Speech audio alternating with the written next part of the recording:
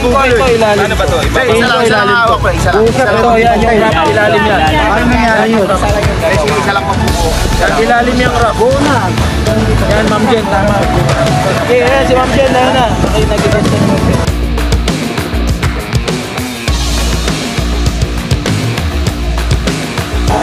Sa labas lahat. Sa labas. Overflight pa naman ako. Talo ko dyan. Mga patay yan ha. Mga matantay.